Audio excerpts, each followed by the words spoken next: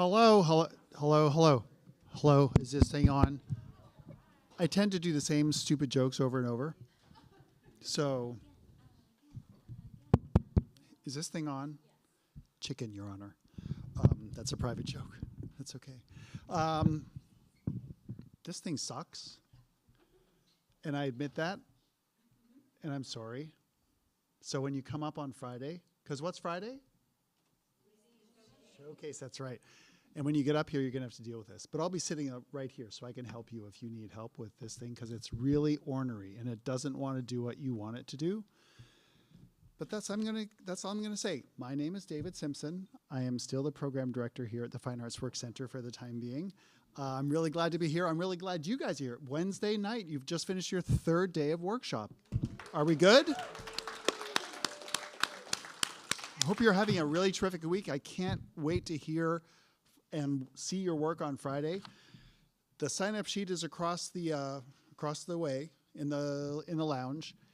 A few people have signed up, and I think I mentioned this, but I love so much when people will sign up on line like 12 and leave like 11 spots above them empty, as if that's gonna. Some people have signed up though, and I highly, highly, strongly encourage you to sign up, because who has done student night before? Who's done student night? Was it a positive experience? Yeah, it was great. Great? Awesome. Receptive audience, supportive audience? Yes, very receptive. Oh my God. So you hear it right here. Who's going to sign up? I mean, I'm not. I'm just saying by example. There you go. Celeste. Let's hear it for Celeste. I love him putting his hand up so much that I'm going to get him to talk tonight, not on Friday. And apropos, we have a great lineup tonight. We have Celeste Lecesne. Yay. We have printmaker Cecilia Ruiz. Woo. And visual artist Lena Wolff, right there. Woo. So everyone's going to do presentations / readings, and then we'll get everybody back up here for a joint Q&A, which, as you know, is oftentimes just as interesting as the talks themselves. They're so awesome. Very interesting. Bit of housekeeping before we get started. I'll keep my comments short. That may be too late. But anyway, Friday showcase. Don't forget to sign up. Celeste and Cecilia. Celeste, do you have any books back there? Do we have books? Yep, we'll be signing books, and they'll be for sale in the back. So get your books afterwards and get them to sign them. We also have just arrived some sweet merch.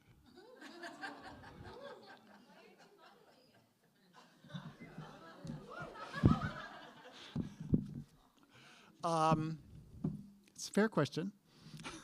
I don't have an answer. I'm just not right now. But there's caps and T-shirts that just arrived, and they're awesome. And we put out a sampling there, but there's a ton more in the bookstore between the two halves of the gallery, so check it out. We also have notebooks of various sizes, totes of various sizes.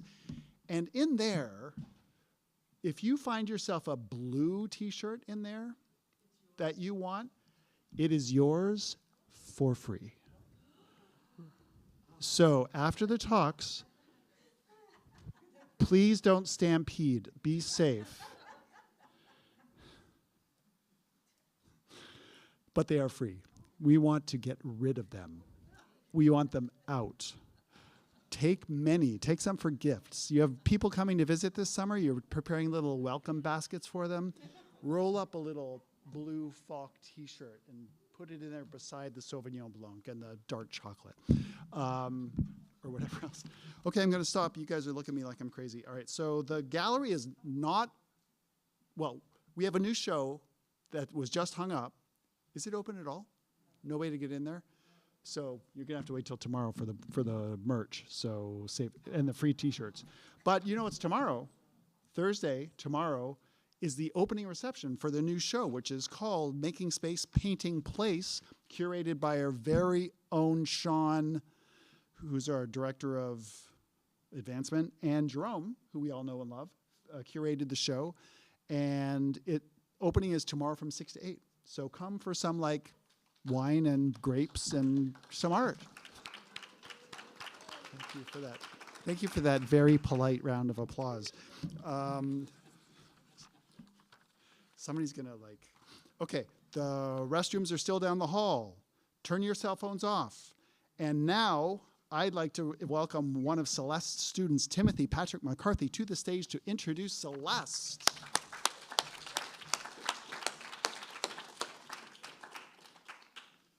Hi, everyone. Hi, everyone. Yay, good. End of the day. I'm Tim McCarthy, and I am in Celeste's workshop, and it's my great honor to introduce our magnificent teacher, Celeste Lecesne. We're midway through the week. I like to call this Hump Day, which has a different connotation sometimes in Provincetown. It's always Hump Day here. And half of us have gone through the process of applying Celeste's principles to structure our stories. A big, beautiful shout out first, before I get to you, to my awesome workshop mates who have been brave enough and brilliant enough to go first in the first half. Lily, Sandra, Ara, Jane, and Frankie. And you've raised the bar for the rest of us, myself very much included. And now the formal introduction. Celeste Lecesne, he, they, wrote the short film Trevor, which won an Academy Award for the best live action short. Let me put these on, that might be more helpful. Is co-founder of the Trevor Project, a nonprofit focused on suicide prevention, yes. Suicide prevention efforts for lesbian, gay, bisexual, transgender, queer, and questioning youth. Celeste adapted Armistead Maupin's Further Tales of the City for Showtime, was a writer on the series Will and Grace. I did not know that. We have to talk about that. I'm sure they were the best episodes. And has written 3 novels for young adults, including Absolute Brightness. As an actor, Celeste has appeared on television and film, on and off Broadway, and is best known for their award-winning solo shows, which are absolutely magnificent. Celeste is also the co-founder of the Future Perfect Project, a national arts initiative for LGBTQ plus youth, several of whom are here this week, this summer with us. And as if that's not enough, Celeste received a Guggenheim Award in 2023. I have known Celeste by reputation for a very long time in movement work for a little bit less of that time. You're a giant, an angel, really, in that work. And we have so many mutual friends. And so it's just wonderful to be your student.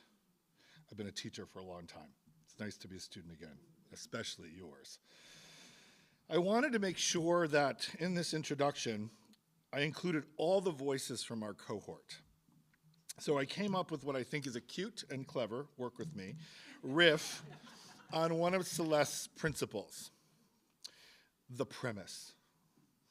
Celeste defines the premise as the heartbeat of the story, the why of it all, the thing that you can feel that is never spoken. It's got to be pithy, succinct, 3 words if possible, using the same structure of subject, verb, direct object. I asked the folks in our cohort to apply this principle to the principle. And here's what we came up with for our celestial chorus. Celeste manifests meaning. Celeste challenges assumptions. Celeste inspires agency. Celeste loves streetcar. Celeste inspires fighting words. Those are 4, not 3. Celeste conjures conflict. Celeste inspires discourse. Celeste unearths truth. Celeste savors stories. And Celeste saves lives.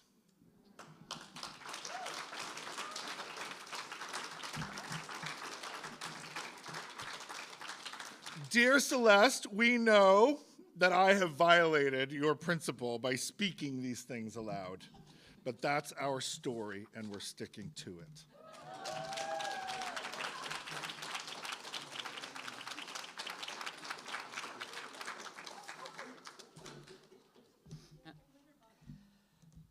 I love you wore a suit jacket for us. I think I'm not going to use it. You can hear me okay, right? I think listening to Tim made me realize I don't need that. In the spirit of Falk, I always like to dare myself to do something I've never done before and try something new. So you're going to be the first audience to hear a piece that I'm working on. It's called Bloomfield, which is the name of a town. The town is real. The name has changed, and so are the names of the people in it by their request to protect them. Yeah. When I start my classes every year, I start by introducing myself. My name is Mr. Clarkson. My pronouns are he, him, and now we're going to go around and do the same thing with everybody else, you know, to just normalize that everybody has the opportunity to be called the thing they want to be called, and the expectation is that we are going to use the names and pronouns that people have said. You know, I'm a teacher and a coach, and as a teacher and a coach, I'm building over the course of a year, or sometimes more than 1 year, a relationship with a young person as they're growing into the person they're going to become. And that always involves some sort of testing of waters, you know, like, how do you want to be known? What name do you want to be called? And that's just for starters. In some ways, at our school, we have an easy entry point because we've got a lot of international students, especially students in China. And what most Chinese students do is they adopt an English name because it's really easy to mangle and screw up their birth names. One gal whose name literally translates as Happy Swan was being called, because of our poor pronunciation skills, Dirty Pig. And we don't want that, right? You know, people being called something other than the name they know themselves to be. So I guess what I'm saying is I was prepared for what happened with Sky. But I'm getting ahead of myself because that day, I had just finished up a professional learning session at school. And it was around the topic of boundaries and how, you know, adults need appropriate professional boundaries with the young people they're working with. Stuff I know from like 20 years teaching in the schools. But still, it was good. It was good, you know, to be reminded, you know, keeping it top of mind and all. Anyway, that same night after dinner, I was telling Sky a bit about the workshop. Sarah was out at somewhere, church or book club meeting, so it was just Sky and me doing the dishes at the kitchen sink. You know, like guys do.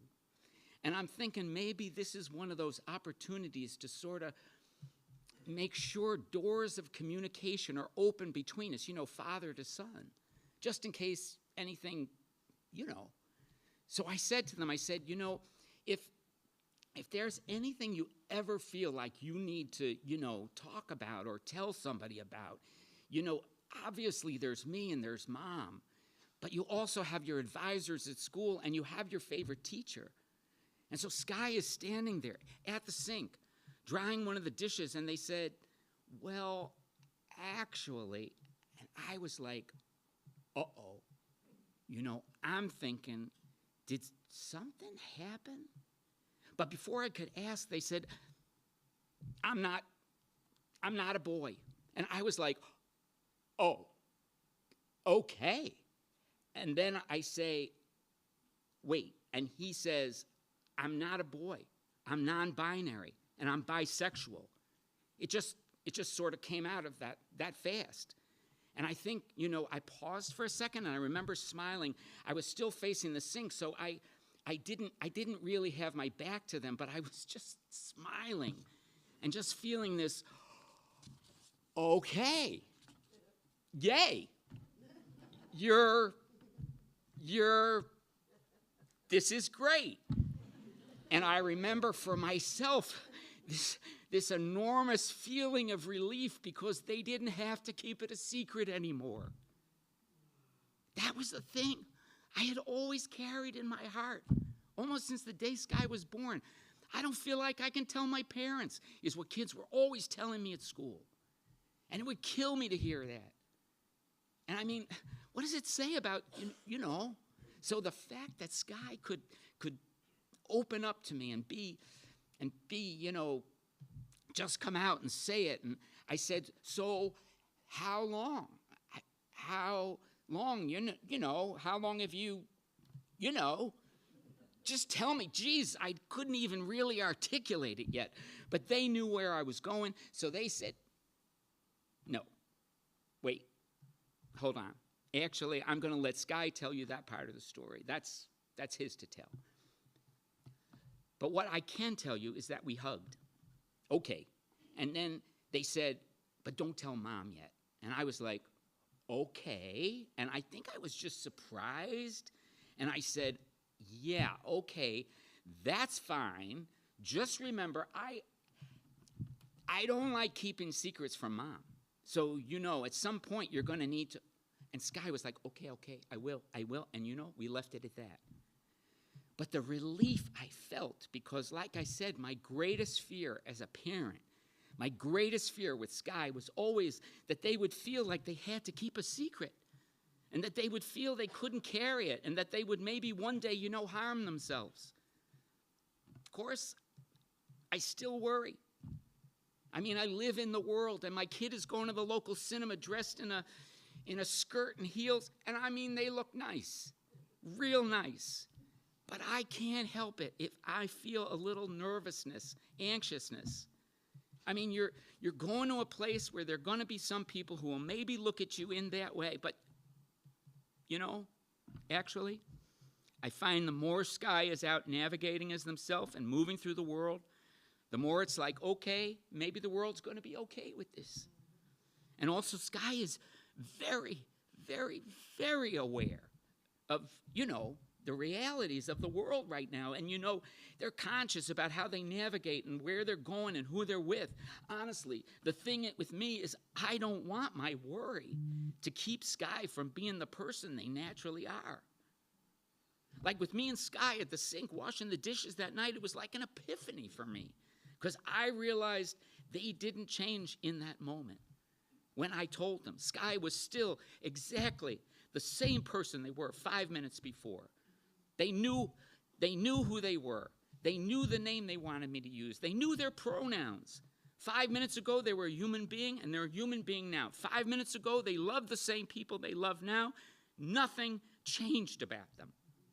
Nothing. They're the same person. But me, in that moment, I was the one who was changed.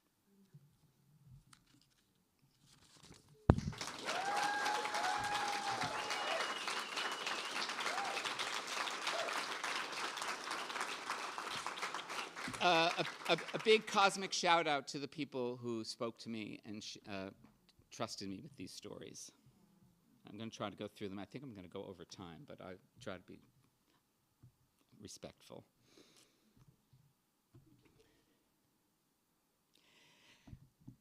The cat. Sorry. He doesn't know whether he wants to be in or out. Sorry. Okay, he's in. Okay, we're good. Okay. Where was I? Oh, right. Okay, so I'm a social worker, so I think of these things. I guess when Dean and I decided to have a child, I didn't want to put any expectation on the child.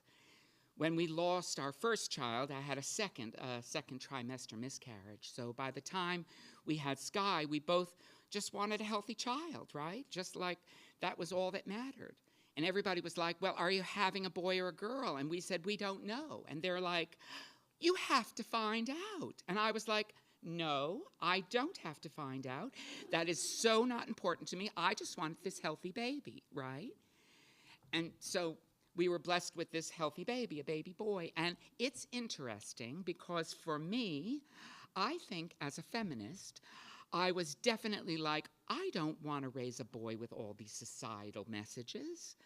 But when Sky was, I don't know, maybe a year and a half old, we were in the fabric store because I quilt, and they picked up a little door jamb that was a triangle made it into a truck, and was like, vroom, vroom, vroom, vroom. And in that moment, I was like, oh my gosh, all these societal norms, do they like pick up on them? Or maybe they're inherent or internal. I just didn't know. Hold on, Alfred wants to get out. Can't make up his mind. Alf, in or out? Geez, cats, right? Anyway, we definitely tried to raise Sky, you know, with an open mind, telling them that you can be anything, you can do anything, and they certainly got the message in middle school and high school. I do think one expectation was always to go to college. Dean and I are both from education, from families of educators, both college educated. So I do think Sky grew up with that expectation on their shoulders. But I also thought, you know, if they get married, they get married. If they don't, they don't. If they have girlfriends, they have girlfriends. If they have boyfriends, they have boyfriends. That was just my thinking. But now, when I look back, I think, oh, yes, there were signs. Like in high school, Sky would say things like, well, they had friends who we knew used they, them, or, you know, he, she differently. And we knew they had friends who considered themselves gay or lesbian. And our message was always love is love. And like, I'm glad you have a lot of different friends. Never thought about Sky, you know, saying they were gay or saying they were trans or saying they were non-binary. But the one thing they always used to say was, I like rainbow unicorns. Why can't boys like rainbow unicorns? And I would always say, you can like rainbow unicorns if you are a boy. So looking back, and I never talked to Sky about it, but looking back, I wonder if like they were trying to drop hints to see how we would, you know, or if they were just telling me what they thought. But I guess when I look back, I think at least the message I gave them unknowingly, like for 2 years before, you know, before they told us they were non-binary, I thought, well, I've never given them a message that they wouldn't be loved, that they wouldn't be accepted, or or they'd be a problem in any way. Those just weren't the messages we gave. How? How did Sky come out? Oh, didn't Dean tell you? Oh, well, that's a story. We were sitting in church one Sunday morning, and it was the joys and concerns portion of the service. You know, people get up in front of the congregation to voice their joys and concerns. And this kid we knew got up, and it was Ella. I think she was like 18 at that time. And Ella said, I just want everyone to know that I'm back living with my dad, and I'm transgender, and my name's Ella, and I'm going to college in September. And the church just erupted in applause. And we are not a clapping congregation. Okay, so I'm sitting there thinking, this is great. And Sky immediately jumped up out of their seat, and I think they did a fist pump. And they went right up to the altar, lit a candle, and said, well, I have to support my friend Ella, and then said, I'm Sky, I'm non-binary, and I'm bisexual. Well, I'm just sitting there, right, mouth open, no words, and the congregation just clapping, this time for Sky, and somehow Dean either took my hand or like put his arm around me, and, you know, I did have an inkling that he knew, and turns out he did know. He did. Sky had told Dean a few weeks prior to that, and why he didn't, but anyway, I didn't have time to dwell on any of that because my attention was on the pew in front of us. Jake and Justine were just there with their 2 kids, and Justine is going like this, you know, nudging one of their kids, and I'm like, there's more news. And sure enough, Jenny pops up, and she quietly says, I'm transgender, I go by Jenny, and then she sits back down. Jenny would have been in maybe 8th grade or going on 9th grade, and I'm thinking to myself, this is amazing. And there's such an environment where these kids can just be, oh, and afterwards, the fellowship hour, everybody was talking about it, and Dave Hinkle, the minister, God bless his heart, right?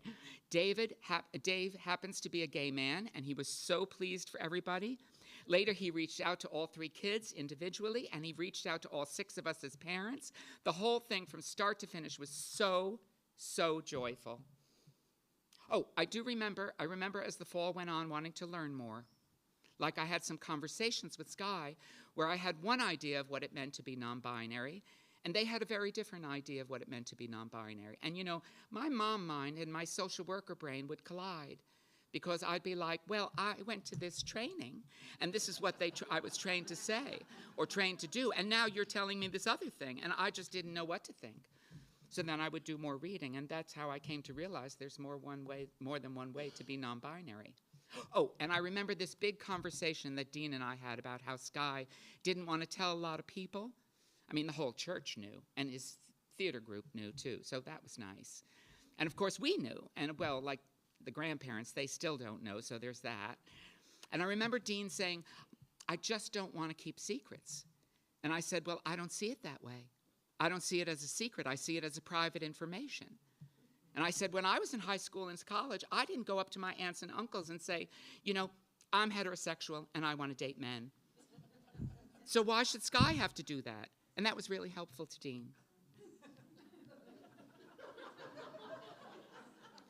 Worry? Oh, of course I worry. I'm a mom. That's our love language. And with this current administration, there's just plenty to worry about. I mean, there's just so much cruelty right now, right? And one thing I'd like to say to those knuckleheads in D.C. or anywhere, really, is no one can erase people. You can't. You can't just not like something and expect it to go away, right? They can't. Like for over a dozen years, you were able to choose different genders on your passport. Now you can only be male or female. But you can't just magically disappear people. You just don't get to wave a magic wand and poof, all those people stop existing. No, my Sky is still here. They're still human being. They're still being who they are. And goes the same for Ella and Jenny. At the fellowship hour that Sunday, the adults, we couldn't stop commenting on the courage these kids have. The fact that they felt they could share their truth with their whole community. Like, I think people were just in awe that these three teens could be themselves so openly and without any fear. And that experience, it lives on, not just in the teens, but in every one of us. We were all changed that day. And now it's a story that's part of our church history. And, people will go back to it again and again, year after year, and say, remember when, that Sunday? Remember that? That coming out Sunday? No one's going to be able to take that from us, ever. They can't. They just can't. Do I have time to do one more? I don't know about you, but I'm having a blast. It's such a relief to be somebody else.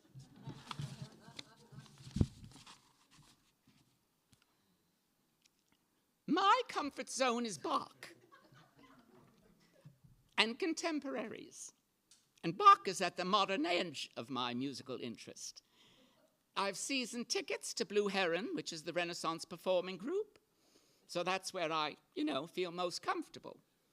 Say what you want, but for me, pop music is frustrating because, well, it's so easy and simple in some aspects and feels like, oh, here, okay, somebody came up with a good short riff, then they keep changing the words to this cute short riff, and now we have another verse to this cute short riff. It was nice the first time, this cute short riff, but can we please sing something other than this cute short riff? I'm sorry. But that's my view of most pop music. And the other frustration is the person singing the pop music doesn't enunciate. So there's this sense of being on the inner circle to even know what the words are. I mean, we have somebody in our congregation, a fabulous musician, fabulous singer, performer, but his style is to clench his teeth and not enunciate. He can sing correctly, he can sing when he's in the choir, and I'm directing and saying, enunciate! He can do it. He can sing with clear vowels. But his own personal style is, well, I never understand the words he sings. Half the congregation understands because they know the popular song he's singing. But you see, I don't listen to the radio. I don't listen to popular music in any way. The only popular music I know about is the popular songs from 1959 to 1961. I can identify songs that were popular when the radio was in my bedroom. I got my own bedroom, my own radio, and in an effort to feel like I was part of my peer group, I listened to Elvis Presley songs nonstop. I know a lot of Elvis pre-suede shoes. I can sing along with that song about the dead girlfriend also, you know, the one who had the bad car accident. Teen Angel, that's it. Oh, and boy, I got to hear this music that wasn't music we normally listen to in my house. But then after 2 years, I was like, okay, that's enough. And I was on to the music I really wanted to listen to. All to say, pop music was never my thing. But if I have a skill, and any skill at all, it's taking an amateur singing group and bringing out the best in everybody, no matter what kind of music we're singing. Like in this case, Barbara sent me this song, and it was a group song, not only written for a group, but written by a group. In this case, written by a group of LGBTQ young people. 15 of them. 15 is what I heard. Though how that's possible, I don't know. And I look at the sheet music and I say, okay, so this is a song from the perspective of a teenager, you know? And we want to present this at our Sunday service. I'm thinking, how am I going to do this?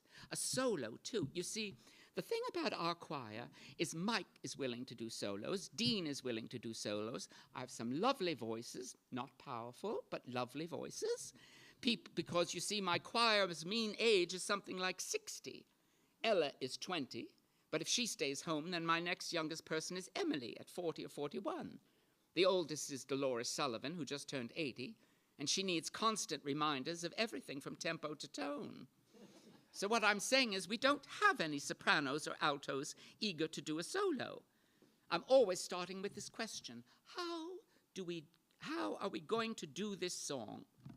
Now, Ella is the one who initiated that trifocal, triptych, triple, whatever, that happened on that coming out Sunday, you know, when Sky and Jenny were inspired to come out. Ella was the one who started it. She's 20 now, but in the past, she sang in our choir with a tenor voice, you understand. And when she, you know, came out as female, we talked about her staying in the choir. And I said, you know, I would love to have you stay in the choir. And I'm fine with, you know, we already have a female in our tenor section. So if you want to stay there, fine. We can also work on other options. Ella said, I want to sing in my higher voice. So I told her. I said, okay, then we're putting you in the alto section. If the range doesn't work for you, you can check in with me. And she's been in the choir ever since in the alto section. Then, last year, at the church talent show thing, Ella and her dad, Mike, sang a duet. And it was amazing. And I realized I could give Ella a solo line. This is fine. This is fine. And Ella's pretty comfortable with the front-facing, you know, audience address and all that. So my first step was to go to Ella and say, Ella, can you stay after rehearsal? I have a question for you. And after rehearsal, I handed her the music and gave her a link to the recording. And I say, we've been asked to do this song, but I'm not handing it out to the rest of the choir until I talk to you because it has a solo part, a major solo part with backup vocals. And I said, the question for you is, are you willing to take the solo part? And I said, whatever your answer, it will determine what I do next. But I'm just putting everything else on hold. You think about it, you give it a listen, you try, you come back to me, and you say what you want to do. And I said, it can be for musical reasons or any other reason whatsoever. And she took the music, and I said, I'll talk to you later, and off she went. I think it was the very next choir practice. She arrived early, so I say, okay, so what do you want? She says, I'll do it. Oh, well, now, wait a minute. Oh, this is too much. That was it. That was the day she opened her mouth to sing. There she was. The voice doesn't lie, and neither do goosebumps. We all felt it, chills. And not only did she do it, but later when we were rehearsing with the choir, she stopped and say, oh, well, wait a minute. There's this tricky rhythm here. Or did we skip the G sharp? She put in the work. But, well, that's the culture of the choir, isn't it? Everyone does their best. I would expect nothing less. The choir is a wonderful group of people, not always on time, and priorities aren't always what they should be. But, oh, my goodness, is that the time? Oh, now I'm going to be the one that's late for rehearsal. That can't be. I'm never late for rehearsal. But before I dash, I must make one point perfectly clear. In terms of deciding how to do that piece, or any other piece of music for that matter, I always think in terms of the music and the possibilities. What are we capable of? And how can we do it? And during that process, I'm always aware of all the strengths and, well, challenges we have as a choir, including individual limitations. Who might be missing that day? Who's away visiting grandchildren? Who needs extra coaching? But in this case, it was only afterwards,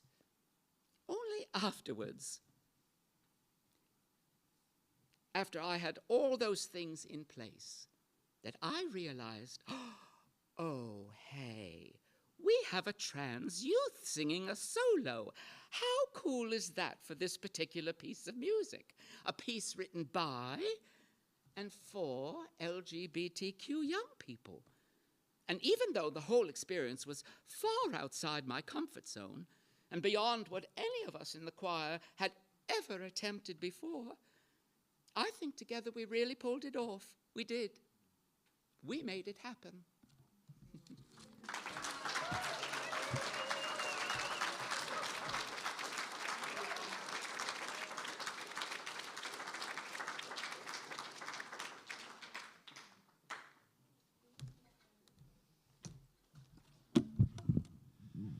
Celeste Lecesne, everybody. Let's give some more applause. And thanks to Tim for that amazing introduction. Was that great or what? Woo! Now I'd like to invite one of Lena's students, Sandy Colameta, to the stage to introduce Lena. Hi.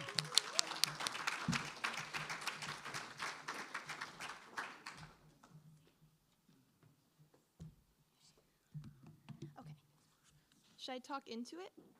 Okay. Hi, I'm Sandy. Hi, and I'm in Lena's workshop, The Natural Palette, where we're making watercolor paints and inks using earth pigments, botanical pigments, and foraged materials. So I was told to write something personal about why I chose the class. So in February, I applied to the Fine Arts Work Center scholarship through MassArt, and a few weeks later, I was awarded this scholarship. This very exciting news came with an important choice to make. Which workshop should I sign up for? At the time, my entire summer was free, so I had endless possibilities. As I looked over the list, Lena's workshop, The Natural Palette, continued to catch my eye. When I looked up her website and saw her artwork, I knew that I would be making the right choice for my personal practice by choosing to take her workshop. I was struck by her evident mastery of color and the warm, vibrant tones that she is able to achieve with the natural palette. I was also impressed by her use of a multitude of mediums and how they seamlessly blend into a captivating and cohesive body of work. As a new fiber artist myself, her embroidery pieces, quilt-inspired patterns, and dimensional collages with hand-cut paper filled me with anticipation for the summer.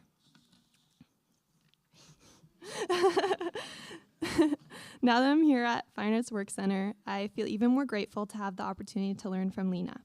She has created a studio environment full of joy, passion, and kindness that has fueled my creativity and changed the way I think about the process of creating. After having the opportunity to be her student for the past few days, I can say with confidence that she is incredibly generous with her knowledge and the wealth of information she possesses.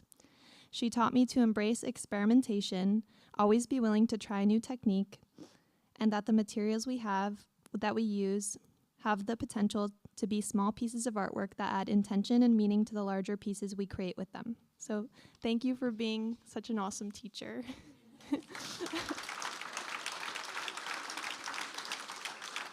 And then they told me to read your bio as well. So this is Lena's bio. It's really awesome. So Lena Wolff is an artist, craftswoman, and democracy activist who has been based in the San Francisco Bay Area since the early 1990s. Her work extends out of American folk art and quilt-making traditions, minimalism, geometric abstraction, pattern and decoration movements, feminist art and social practice, with a studio output that spans drawing, collage, sculpture, text, frequent collaboration, and public projects. In 2017, she formed Art for Democracy, a project that began with an anti-hate poster and that has since grown to become a public art campaign to encourage voter participation with ongoing national reach across the United States. Her work has been presented in galleries and museums across the country and is held in the collections of 1. National Lesbian and Gay Archives, Berkeley Art Museum, Oakland Museum of California, San Francisco Museum of Modern Art, San Francisco Arts Commission, University of Iowa Museum, Stanford University, and the Zuckerman Museum of Art, among others. She lives with her wife, artist, teacher, and illustrator, Miriam Klein Stahl, and their daughter in Berkeley, California. In recognition of their work merging art and civic engagement, November 12th was declared Miriam Klein Stahl and Lena Wolff Day in the city of Berkeley in 2019. Lena's work can be found at Sarah Shepard Gallery in Larkspur, California.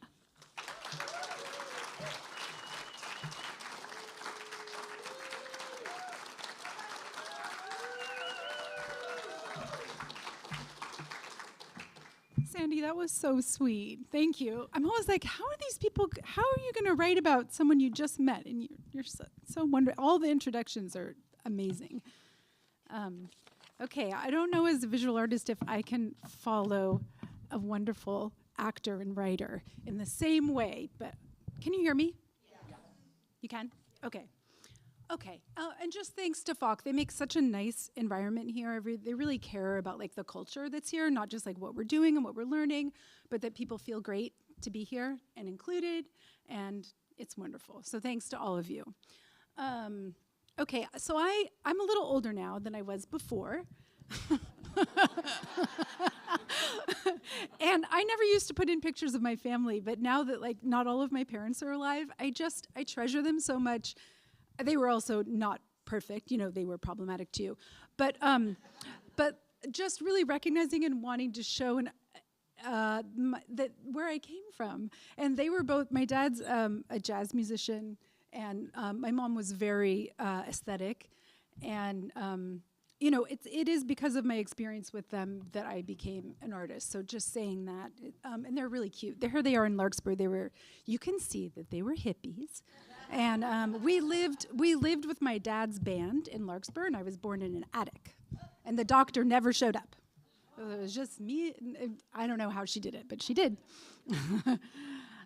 So she was a wild woman. She did a lot of traveling. She had 5 husbands. She was difficult and also just a very unique, wonderful person all at once, all the things. My grandpa was a jazz critic for Downbeat magazine in Chicago, and he also wrote, he was a historian, and he was maybe one of the first white historians to write kind of decolonial, anti-colonial histories of different wars. And he's a beautiful writer. And that's my dad right there. They're in Chicago. And then my dad's the second to the left, and that's his band. That I think those are the guys who lived with us when I was born. And I know some of them now. It was short, then they broke up. And there we are. I'm journaling. I journal every day, and I'm like, oh, this is part of what we did together. There was art everywhere. And this is me and Miriam when we were young ones. We've been together for 26 years. And that's Daniel, who's here with us right now, who's our daughter's godparent. So we have this really big extended queer family that we've been surrounded by and within for decades now. And it's really been central. It's a central part of my life. And I think these days, the queer community can really teach us about how to survive these times, because there's a lot of bonding, there's a lot of togetherness and support that we provide to each other, and so there's a way that I feel like we know how to take care of each other, and that's kind of what we have to do right now for everybody. And then we had our daughter about 19 years ago, Hazel. There she is. She just went to college. And then, so I actually started, I'm a really multidisciplinary artist. I work across a ton of mediums, to the extent that sometimes I even like confuse myself, or I just feel like there are some artists who really focus on one medium, and that's very like, you're just doing it, and they're so focused and direct. And I'm really interested in everything. I'm interested in writing. I'm primarily a visual artist right now, but when I was a kid, I loved theater, and so I guess part of my life as an artist is just allowing myself to do all these things that I want to do, and not feeling like I have to do only just one thing. And I'm very interested, especially getting older, in like I want to be the fullness. I want to be a full human being. I want to allow and I don't want to be boxed in by anything. And so, this is just my life. Letting myself work in a lot of mediums. This is a photograph of Miriam with our friend Linton in our apartment in San Francisco. We lived there way back when it was kind of cheap. We were it was almost like we were squatting because it was so cheap, and nothing worked, and the shower was like a little trickle. But that's how we were also able to, pursue our work, because we figured out how to live cheaply and together. This is my first girlfriend, Signe, and we're still best friends. We talk like 3 times a week. This is a photo I took of her in an apartment I lived in on Castro and Market, right at the intersection, for about 6 months in the early 90s. And this is Cedar Segal, a poet, an indigenous poet, and his boyfriend, Johnny Houston, and the Russian River, which is like kind of like the West Coast equivalent of Provincetown, right? It's like it's a wonderful gay town with swimming and trees. This is a stormy night. Oh, it's Stormy's birthday, and it's Roddy Bottom's birthday. Happy birthday, Roddy. Roddy's here. So my visual art work is follows in tradition of American crafts, and there's a long history of a kind of a merging of craft and social justice activism in America, which is traced through this book, Craft in American History. And my work is part of that lineage. That's what I feel connected to in my work. I've always felt really interested in craft and form, and when I was going to school in the 80s, my teachers were like, what are you, it was really conceptual at that time, and I enter into the themes that I work with through materiality, through craft, and it was very hard to do that at that time. And so I just had to kind of, I found it actually in the community of artists in San Francisco who were just not bothered by what people expected or what people wanted in the bigger art world. So I've been working with quilt patterns for many years now, and I make these collages where I hand paint paper, cut it, and assemble the pieces similar to how a quilt maker will assemble quilts. And each piece is hand cut and then assembled, glued one at a time, each element. And I'm just interested, what I became interested in after a while is sort of tapping into this shared collective language. So the quilt is all the motifs, they're shared. They've been shared across generations and across communities for centuries. And I love that. I love that it's like a collective language, and then each quilt maker, each craftsperson takes the patterning and then does their own thing with it. So this is actually a textile collaboration I did with a local designer in San Francisco. So it was like a returning of the image that was once a quilt pattern, then became a collage, and then came back to fabric. I collaborate a lot. And then these are just paper collages, more paper collages. And then part of getting into this is that I'm terrible at geometry, and it's really hard to understand the patterns at first. So I drew and I drew and I drew them. And then I realized at one point that the drawings in and of themselves were really beautiful. So I started playing around with the drawings. And then this is a wood sculpture on the right that just kind of, it takes some of the motifs are translated across mediums. So this is a wood piece in relief, set in relief with one of the drawings that are improvisations on the underlying geometry of the quilt patterns.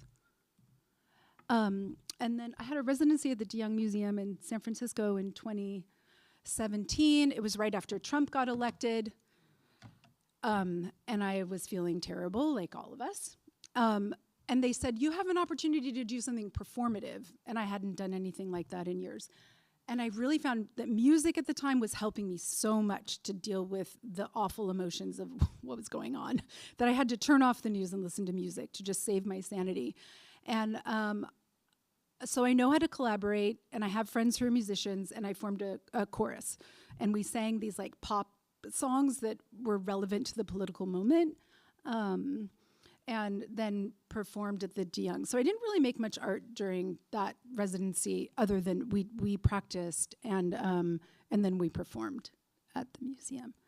And I was going to play you a song, but I feel like it might take too long. But this is one song by the Dog-Faced Hermans that we sang that is about abortion.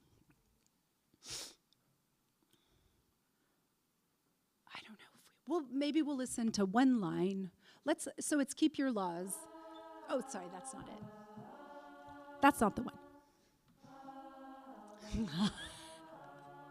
This is Bauhaus.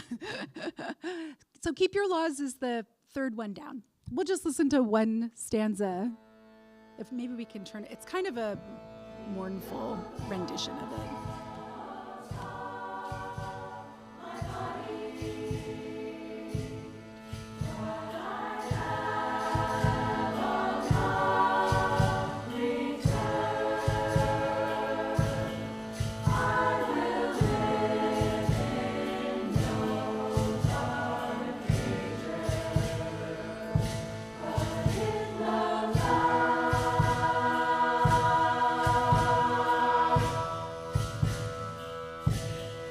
Wanted to play a little clip. It was gorgeous to work.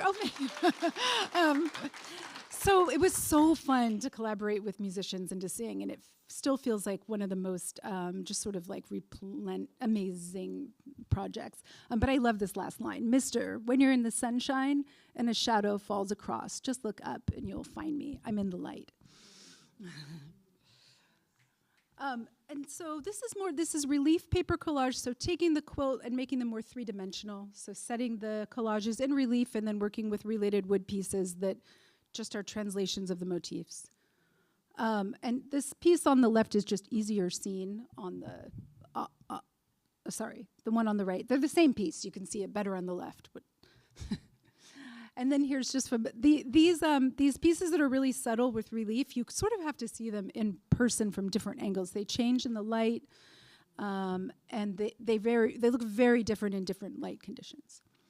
And these are walnut, and I collaborated with a woodworker who's not alive anymore, who was like a marquetry expert, which is this beautiful way of making it's adjacent to inlay, but it's even more like refined. And they milled all of the wood. The veneer wasn't store-bought veneer; it was all hand milled. So I love craftsmanship, and when I collaborate, it's really important to me that I'm not just throwing something together, but really paying attention to craft. And then these are just color collages that I made that are sort of like the feeling of right now of being off balance, and like you're trying to find your balance because things are so crazy. There's a couple more. These are really tiny. And then I also, at one point, just started getting really into the symbols of the quilt motifs themselves, and that putting them together, you could form a language or a grammar to describe meaning. This was the first piece where I'm drawing from sampler quilts from the 18th and 19th century, and then including my own symbols that relate to social justice, queer culture, sustainability, the greater cosmos. And so in this piece, there's like a specific, I have the equal sign next to the justice sign. I was thinking about that organization, the Equal Justice Initiative, and just equal justice, and the arrow was pointing to it in emphasis. There's a little radio tower up there for public radio, free speech. And then this is a piece that I made based on a quilt that was made during the Civil War on the left. And this piece, it's a really unique quilt because each motif is unique. So it's 168 unique squares. And I drew on it, making it just in this relief, white paper in relief, where the shadow forms your sensation of the image, your visualizing of the image. And about half of the motifs are from the quilt, and then half of them are my own symbols for various things combined. And then it took me a year to make that. It's hard to, it's just all of it's hand cut, and then there's backing that's hand cut to go underneath each piece so you can't see that it's elevated. And I wanted it to live on. So I have a friend who has a concrete studio, and he asked me if I wanted to make something, and I said, yes, I do. I want to try to make molds of some of these motifs so that I can make more work. It's very hard. I shared this last year, but as an artist, the collages that I make take a very long time, and then they're gone, and I don't make that many each year. And the losing something that I would not have sold that piece that I made that took a year if we didn't need to, I can't afford to keep my own work. Which is a thing that happens, you just sort of, if you want to do it, you also have to make a living. Anyway, so this making the concrete molds was a way of sort of playing with the motifs, giving them a greater life. And I got a public art commission last year, my first outdoor public art commission it's Genentech, which is like a biotech company, but there's a 1% for the Arts Initiative in San Francisco that allocates. They have to put in money for artwork if there's a budget over a certain amount. So many artists in the Bay Area get public commissions. And then so I included motifs from my studio, and then some motifs related to their work. So that's a lymphocyte on the left, a cell. It's a type of immune cell that fights cancer that's used in their medicines. And then this is the installation of the piece. The tiles are 18 by 18, and the wall's 102 foot long, so it's very big. And that'll be there, the paperwork might, be gone, but that'll be there forever, as much as forever is. So just a little about these public posters. I started making when the city got crazy during Trump's first election. The Proud Boys were coming all the time, like 5 blocks away from where we live. And I asked the mayor, who I knew, it's a small town, Berkeley. I asked him, could you ask artists to make some stuff, make some visible signs right now to respond to what's going on? A lot of people don't want to go fight with these guys downtown. I don't, but I also I'm so angry. So this poster was made in 2017. The city paid for it, and then it's been printed 500,000 times now in the city for different regional cities. And we didn't put our name on them. We didn't ask for any money to do them. It was sort of like a public service announcement. And then someone sent me the image of the projection during, I think, these are recent protests when they were used. And so they just get used, and I don't even know about it sometimes until someone sends me a picture. And then starting in 2018, it was very important to me to just not have a sign that's only about what we're against. And also words can be shallow, like it's important that, anyway, I'm glad we made the signs, but I wanted to make something, knowing that those posters went crazy everywhere without my having to do anything, that I wanted to make a poster that I could share that would be more proactive about what can we do. And so these were made and then sent mostly to swing states, but just across the country. And each of them have a motif from the collages, so it's sort of merging the personal and political, this like intimate space of home with the political, just in symbolic meaning. And then these cute things happened where they would just document itself, and I would get images. That's the Orlando Weekly, and they printed them in such a way that people could cut them out and put them in their window. And we don't name a party. We never name candidates. It's just we're encouraging people to vote for the reasons that are relevant to our well-being. And then this is my collaborator who came. I work with graphic designers because I don't know how to do that stuff. So we talk and work together. And this is Hope Meng, my current collaborator. And we made this poster a few months before the Dobbs decision came down because we knew it was going to happen. So we were ready to share it after it happened. And then we included the Vote for Trans Rights poster in 2022. Can you guys... Is this working? Okay, I'm gonna go. And then we funded billboards to be placed, and they go to swing states primarily. I'm really I'm intentional about where I send them, so hopefully they'll have the most effect. And then Vote for Freedom to Read, we sent those to a bunch of independent bookstores across the country. And then that's the Berkeley Art Museum. And, you know, now we're living in a really tricky time right now where who knows whether or not, anyway, I know you all know where we are right now. But I still feel like if we have a fighting chance, that there is a difference between the worst people in office and some people who are trying to do some good. And I mean, you look at Mondami in New York, it's amazing, right? And there really are smaller candidates around the country who are incredible, and I think it's important that we still fight for it, you know? Because if we don't, then what's the alternative? I know voting isn't everything by any means, but it also there's numbers. It's a numbers situation, right? And that's me and Miriam with our proclamation. And that's Miriam's classroom. She's a high school teacher, and her kids did that for her on our day a few years ago. And then just quickly on color, I just have learned in the last year how to make color from natural materials, which is what I'm teaching here. After teaching color theory for maybe 15 years. And it's like I'm learning it's like we're all learning this. It's really age-old ancient knowledge that we're learning, that indigenous people across the world practiced until about 150 years ago. And there's so many beautiful sources of color, and by doing it, you get to know the natural world. Like, you get curious about, oh, what's this for, and what is it? And anyway, I'm obsessed with it, and I'm here teaching it. And thank you to all my students for rolling with me, because it's a little crazy in our studio. Like, it's like a crazy chemistry lab, and like a hurricane is going on, and everyone's been really gracious, just trying everything out.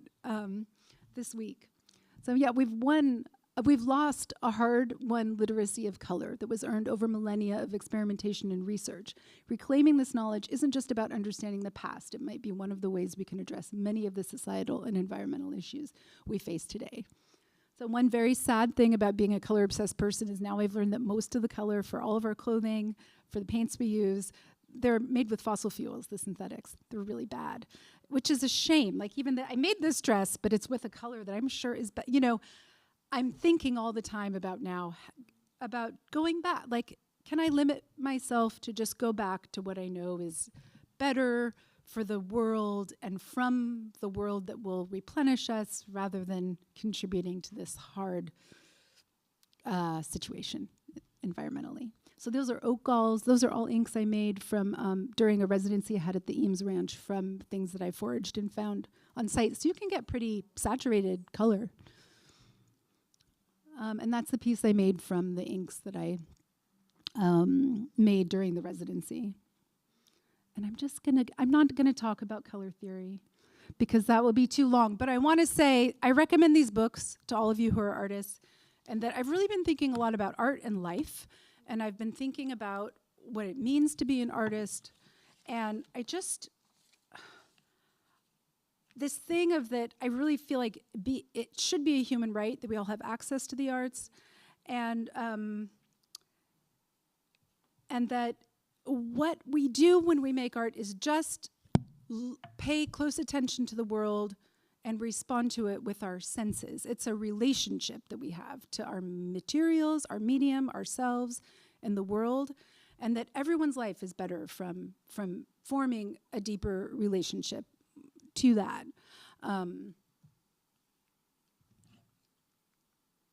These are the new posters for this year. Protect our families, stop the chaos. Seems like a lot of people, I try to make them so like the most amount of people can see them and understand. And then this is just for right now. Miriam made this, fuck this, in wood. She's been carving wood. Dream of things that have never been, but someday will be. An army of lovers cannot lose. And we determine the future. Now, that's all. Thank you.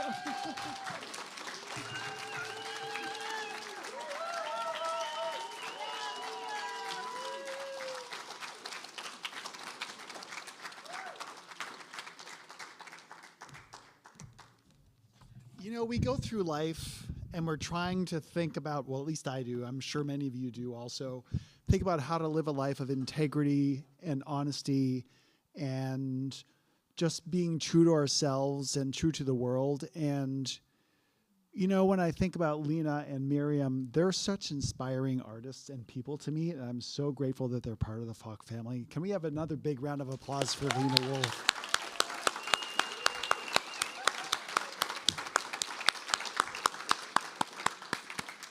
And now I'd like to invite one of Cecilia's, oh, and Sandy, thank you for that introduction. That was really sweet.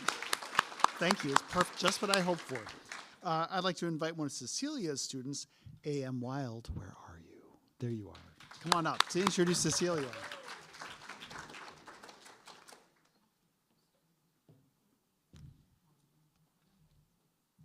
Okay. Hello, everybody. Okay, it is my honor to tell you a little bit about Cecilia. And I'm going to read your bio, which is very humble, I have to say. Cecilia is an author, illustrator, and designer, originally from Mexico City, who now lives in Brooklyn, New York, where she teaches illustration and design at Queens College and SVA. Her illustration graphic style, rooted in traditional printmaking, lends itself to simple, happy expressions. However, her most compelling works are ones in which melancholy hides within the bold colors and shapes. As a first-time student of this form, learning from Cecilia has been incredibly meaningful. Her teaching style is an ushering in, a welcoming gesture, an invitation to embrace the practice and to treat effort itself as sacred.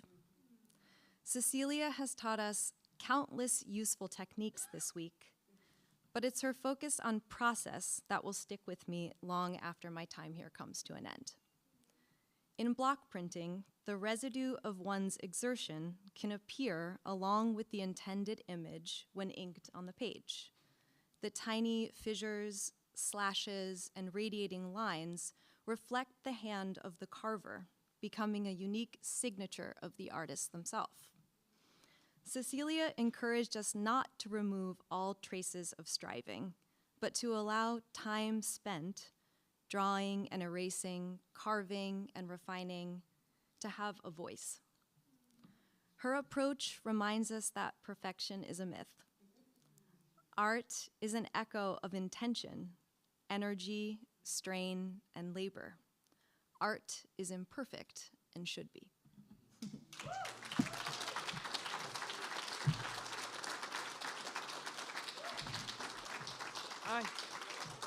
Thank you, AM. That was beautiful. I mean, I have to follow all these acts now. Horrible. It's horrible to be the last one. Seriously. Thank you. But yeah, you were all amazing. Amazing. And thank you, Falk. And thank you, Aton, Matt, David Simpson, Alexis. Thank you so much for having me again. It's so meaningful. Okay, I'm gonna set the timer because I know myself. Okay, here we go. Okay. That's me. Okay. So, like AM said, yeah, I'm an illustrator. I'm an author too, and I'm a printmaker. So I'll show you first some of my work as an illustrator, and this is more of my commercial work.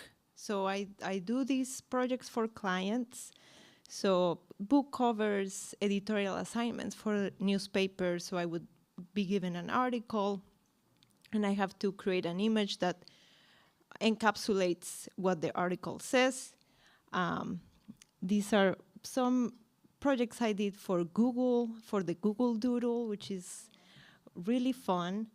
And a lot of these projects, I have to say, that, okay, let me just back up a little bit, okay? Just to say that I'm originally from Mexico City. I was raised in Mexico City, I did my undergrad there as a graphic designer. So my background is in graphic design. And it was until 2010, when I was 27, that I decided to pursue a career in illustration. I really wanted to become an illustrator. And I felt like I just didn't have a voice as an illustrator. I like to draw, but as a graphic designer, I was mostly working doing like design for magazines and menus and restaurants and just organizing information, photography, text. And I was really not drawing anymore at all. So I really wanted to go back to drawing and to go back to drawing with my hands, because in graphic design, I was mainly, when I draw with a computer. So I was missing moving my hands. So that's when I applied to grad school, and that's when I moved to New York in 2010. So it was very interesting to me because I was in New York and I was drawing, and one of the things I would repeatedly hear is like, your work doesn't look Mexican. It doesn't look Mexican. And I'd be like, I don't even know what that means. But it made me think about it. And then I started getting these jobs that were about Mexican identity, and that kind of like required that I reflect on it and think about, well, is there a Mexican aesthetic? What does that look like? Or how is it incorporated into my work? So these are projects that were really, they were asking me to do something that reflected my Mexican identity. So I did that thing for Sephora, for Hispanic Heritage Month, and some other stuff for Google, it was also for Hispanic Heritage Month. This was a very fun project for Target, but they asked me to design a collection for Christmas based on my upbringing and how I celebrated Christmas in Mexico. So why not? I did a Mexican Santa with a little donkey. And then this was another project I did for Target, and I designed a collection for the Day of the Dead. And this was amazing because these products were made based on my drawings. So I had never seen my drawings like become 3D form. So that was great. So that's my illustration work and my design work. But I also write and illustrate books, and I never thought that I would end up doing this when I was in Mexico. But when I started grad school, and during grad school, it turned out that all the projects I did turned out to be books. I would write, but very useful for, which is not my mother. So a lot of limitation in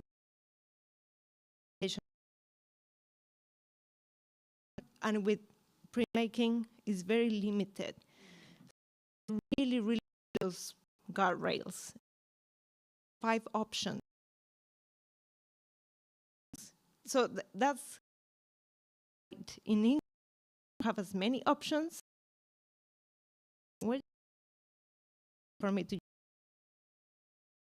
So this project, first project in grad school,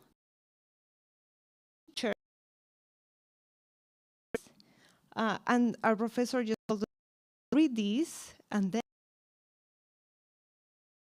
based on this text.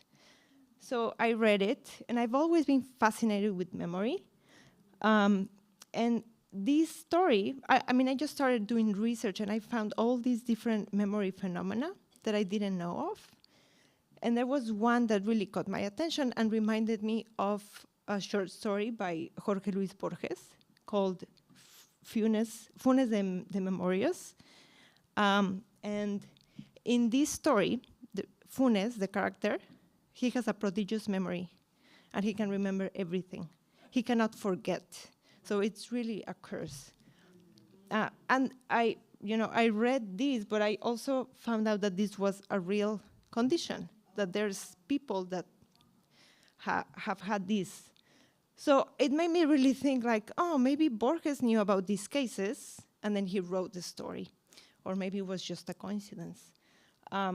So that was one source of inspiration. And then, I don't know if you know Edward Gorey, but I love Edward Gorey. And I love this book, The Ghastly Crumb Tinies. And it's an alphabet book. And in each page, it's a different letter. So the letter corresponds to a kid, the name of a kid. So E is for Ernest, who choked on a peach. T is for Titus, who flew into bits. So it's all rhyming, and in each scene, the kid dies, pretty much.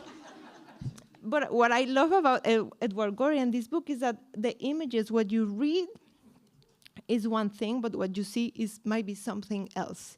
You don't necessarily see the moment that is being described. And I just love that about the picture book and the relationship between text and image. It wouldn't make any sense to say the same things with the text and with the image.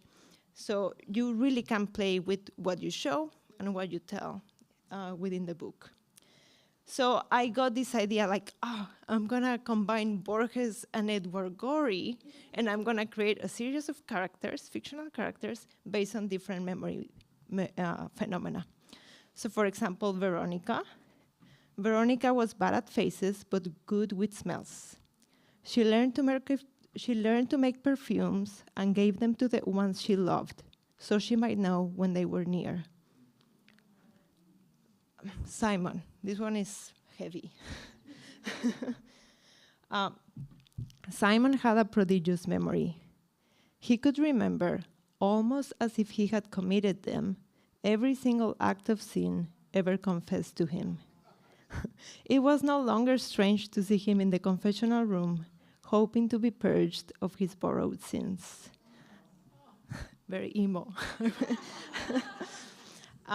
So these were like vignette stories, so a portrait and then an image with the scene and the text. And there was a story here. So I made this book in school, but then it got published. And in this book, there was a story about my great-grandma. And this happened to her in Mexico. There was a financial crisis in the 90s, well, from the 80s to the 90s. So there was huge inflation, up to a point where the currency had to change.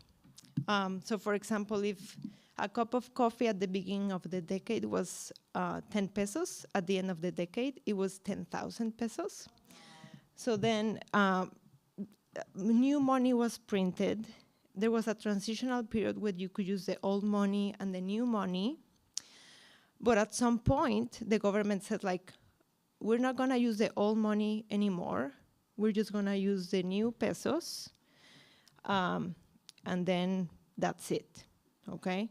So what happened is that my great-grandma had been saving a lot of money that she forgot about it. So then we found the money in a bag, and it was no longer like valuable.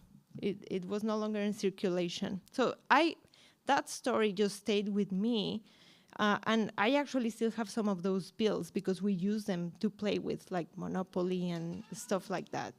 But that story stuck with me, and then that story made it into that book about memory. And then I turned this into a children's book because my savvy agent was in the audience when I told this story. And she was like, I think you should turn that into a children's book. And I was like, okay.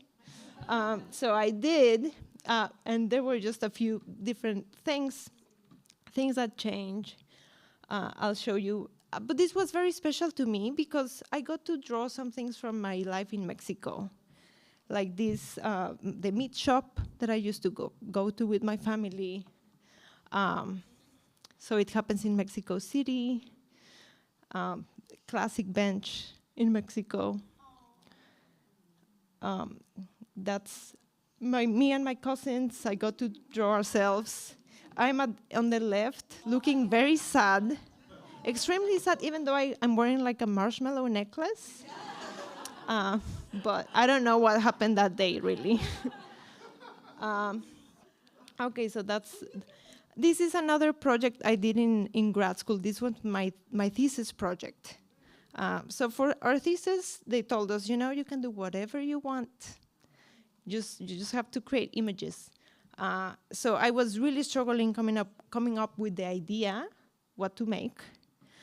And I was browsing the internet, and Wikipedia told me, Cecilia, you might like this.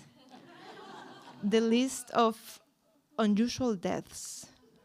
And it's just a compilation of stories, true stories, of people dying in very strange ways throughout the history of time. Yeah. So I did like it. And I was like, you know what? I can actually, this is a lot of material I can choose from. I can pick my favorite stories, illustrate them. I'm going to be forced to drawing people. I'm going to be forced to do like interior scenes, exterior scenes. It's going to be great. Different time periods. So I thought this was a perfect project for a thesis. So I'll show you the first image I came up with, and my favorite image is still. And I think that this image really set the tone for the entire project. So this is the story of Isadora Duncan, who you might know. Isadora Duncan was an American dancer, and she had a very tragic death. She died when her long scarf got caught in the wheel of the car in which she was a passenger. So she died of a broken neck. So going back to Edward Gorey, I was thinking, how do I show this? And I did, and I want possible out.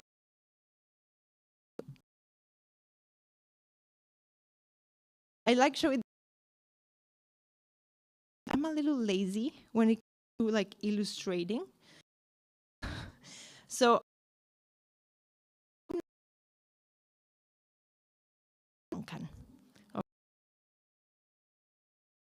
and because that's what's important, right? In this moment.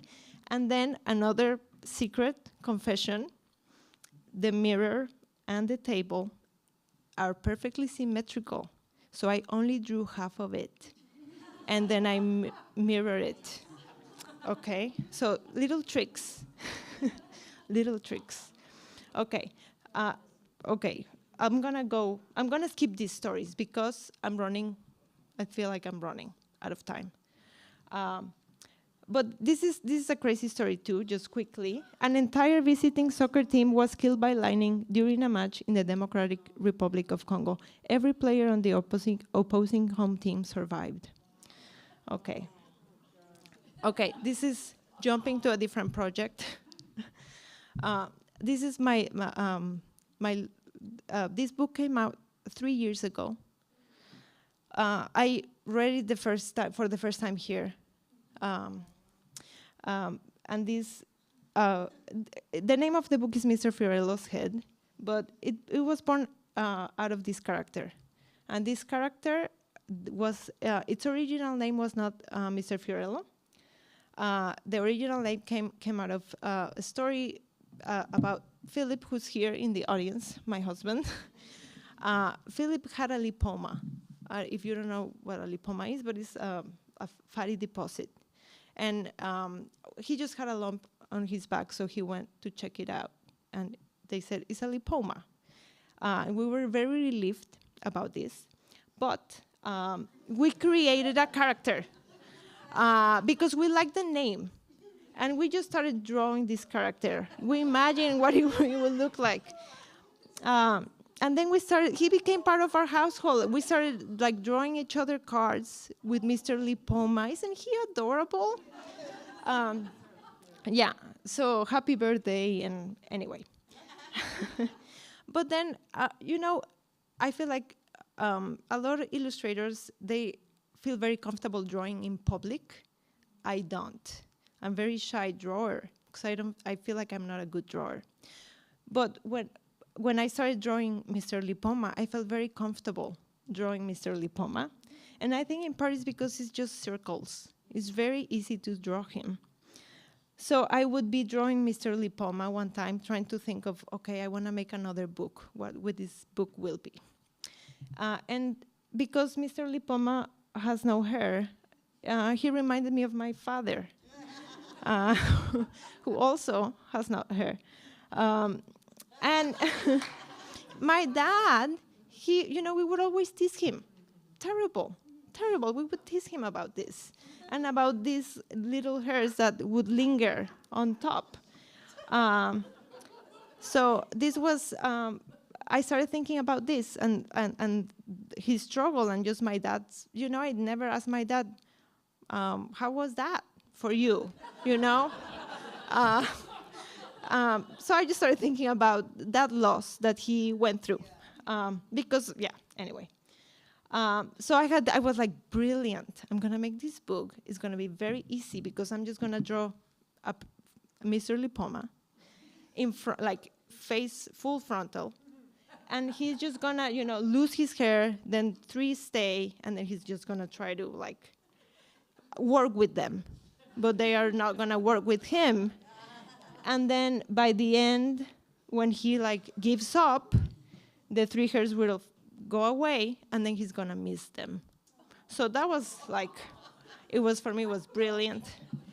But my agent at the time told me, that's not a great story, Cecilia, for a children's book, because there's no hope. And then also, I don't feel for your character. And I was like, really? But he's so adorable. So I started drawing more, I just started drawing more, and I realized that I was very close to Mr. Lipoma, like very close to the face. And I realized that closeness sometimes doesn't always give us intimacy. So I zoomed out, and I was like, I started imagining a little more around him.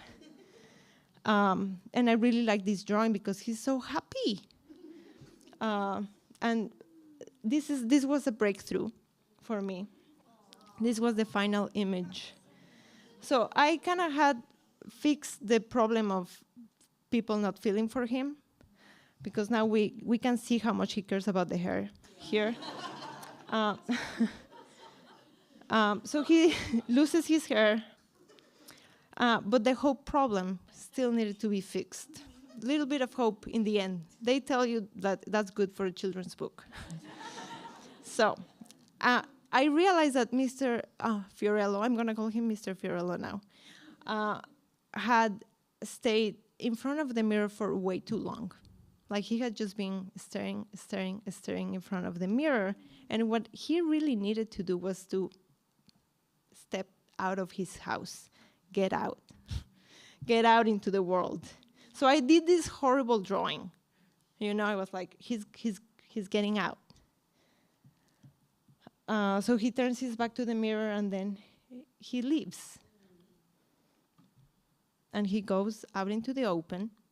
You can see a little hair flies. That's the final image. He goes to Coney Island. He goes to the beach. And then when he noticed them gone, 3 lonely tears ran down Mr. Fiorello's cheeks. Oops. There was another image that got lost. It's okay. He is in his house, and then he sees the sun come out. He looks out, and he notices that.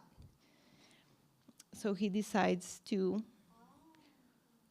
plant 3 little seeds that, new, that will, hope. Yes, so fix it, done. Yes, so that's it. So that's it, and then just the last little bit. This is the project that I've been working on for the past 3 years. It takes me about 3 years to make a book. And it's called Wonder Wheel. It takes place in Coney Island. And it's about wondering, wondering what it would be like to be another person, kind of. So in each scene, we see one people observing another person. So, for example, and you can tell because they're in full color who are the people involved in this dynamic. So the woman is thinking, I wonder what it's like to be a princess.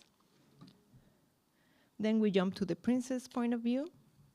And she's wondering, I'm wondering what it's like to be feared. I wonder what it's like to be loved.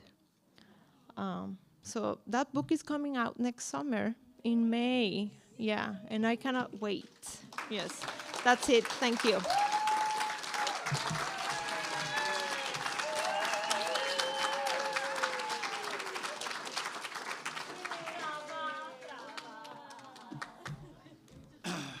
Some more applause for Cecilia Ruiz, please. And thank you, AM. That was a really lovely introduction. Can we have our speakers tonight come back onto the stage for a Q&A? Yay! You guys are so enthusiastic. This is really cool. Okay, so we're going to do a Q&A. We're live streaming this event, so as per usual, please wait for one of our fabulous program assistants to come to you with a mic if you have a question. You guys need to turn on your mic.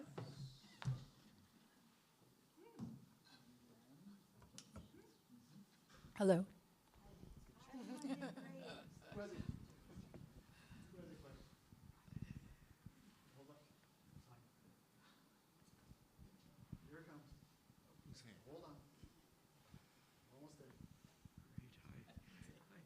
So it's more of an observation, and I wanted to your book about unusual ways that people had died.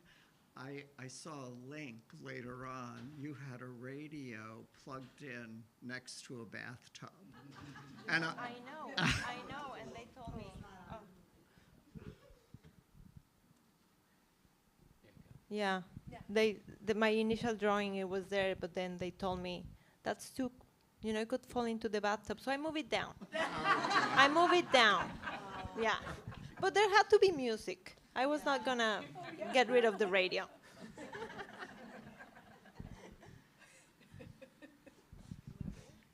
Cecilia's sense of humor is... I know. Another question over here?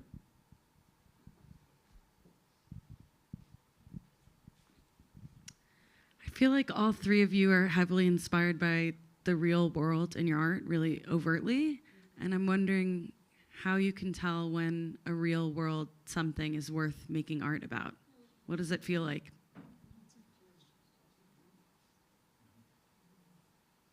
Why are you looking at me? Well, maybe you'd like to start, we could all join my movement. It's called For Realism. And it's not against anything, like AI, but it's, I just feel like there are certain stories that, that move me, and also there's some aspect of that makes me angry. It addresses something that riles something up in me, and I think, why is nobody paying attention to this, or why is nobody seeing this aspect of it? And I get so pissed off that I try to make it funny and palatable and human, like, and as a way of, it's just where I like to live, is in the human thing, which is for real. Yeah, I think for me also has to do with moving, the moving thing. When, something inside moves, and in my case, there are certain things that make me both sad and I found funny at the same time. Yeah. So I feel like that tension, I found it very, very moving, and I want to explore what it is. And I also feel like I don't know, I try to deal with things that I feel like we all go through, and that I think that everyone is gonna relate to somehow. I mean, maybe not just loss. I think all of the books that I work on, they deal with loss and overcoming it in some form, and yeah. I just feel like I have a simple answer that's not so complicated. I think I just go with what I trust myself, that whatever it is that I end up being just fixated on is something important for some reason, and I might not know why to begin with, but just like allowing myself to be drawn to whatever it is, and like have a curiosity about a thing, and then I've always been an artist that I understand more of what I'm making after I make it rather than before. So even with quilts, it was like, they're mesmerizing. I want to sit and look at quilts more than I want to look at any other kind of art. It's just how and then afterward, it's this whole context of it and realizing like, this is connected to ideas of democracy. The quilt is already. And then so I think sometimes we're trained to like work in a different way where you're supposed to think of your idea first and then especially as visual artists, and I just don't work that way. I let myself get into whatever it is that I'm somehow drawn to, and then I'm excited about it, and then there's many resonances that are made apparent later. Such a good question.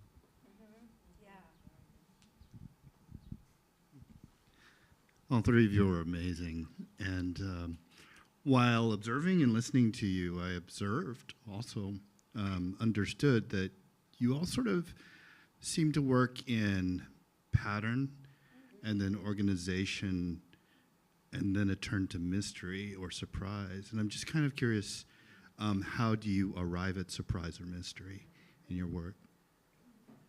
For example, Celeste, in your story, that last person that you were channeling, I was like, oh, I know this person. No, I don't. And that was surprising to me. That was kind of exciting. I think human beings are the most surprising thing in the entire universe.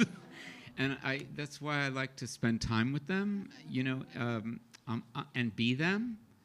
But I just did a show on Saturday night, and I had to spend a whole day, 2 days, teching the show with a group of people, and everyone was so devoted to getting it right. And I was there with the guy who directs my show, and he said, isn't it weird what we do? That we are so devoted to this, creating this ephemeral event for a group of people on a Saturday night, a one-time event, and we're raising up something that it hasn't been here before. It just seems like a form of magic that we get to do. But I think that what keeps me in the game is I don't ever really know why I'm involved in a creative process. When I get involved, I just know there's something sweet and delicious and funny, like you said, and sad about it, and I want to investigate it. And what happens is, and it's something that we've been talking about in my workshop, and shout out to all my amazing students who really teach me again and again the value of attention. And this thing that by creating like a container for the mystical to arrive, and the mystical, it's like it has a message for me that I did not anticipate and I was not working for. It just goes, oh, you've done the work here. How about that? And you realize it's about your life. That to me is why anybody should be an artist, right? To get this, like really a divine download through the medium that you've devoted your life to. And it doesn't always happen. Sometimes you miss. Sometimes it doesn't come through. But when it comes through, I could live my life just on the 4 that I've gotten in my life. those are good odds for an entire life. I'm going for 5, but.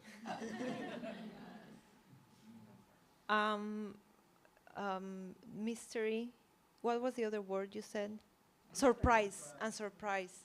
I think when I think about, I think a lot about the play between image and text in what I do, and I think that for me that's where the magic happens, and just allowing a little bit of distance between the two of them, and not saying everything with the image and not saying everything with the text, and just allowing the reader to fill in those gaps. And I think that's where a lot of the magic happens.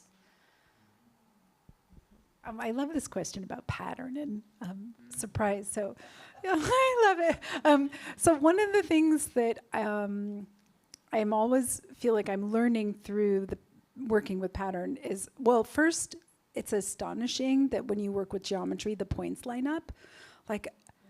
And it's like, I don't really understand how it happens. And I think that it's revealing kind of an underlying geometry to everything that makes up the world, like the mathematics of it, which I never really paid attention to in school when I was just learning it as an abstract thing.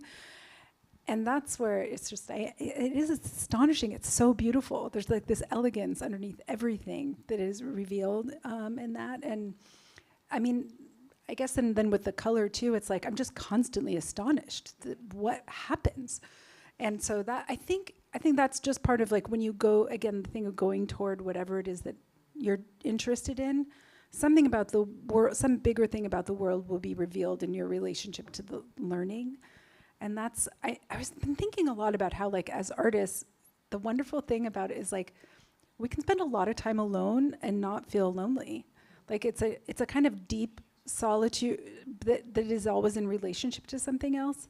I don't know, I've been thinking about that lately, how like it's really wonderful, and that not everyone knows how to tap into that anymore, because being on your phone is not the same thing as having a deep sensory like experience to creative practice.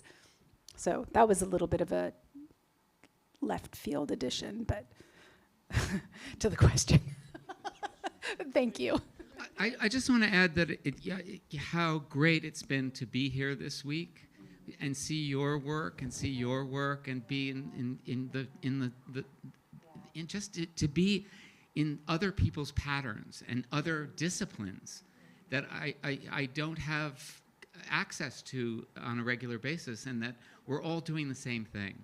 That's what you mean. We're all like dedicated to this mystery. And it's really amazing to feel that solidarity here. Thanks, David. Yeah.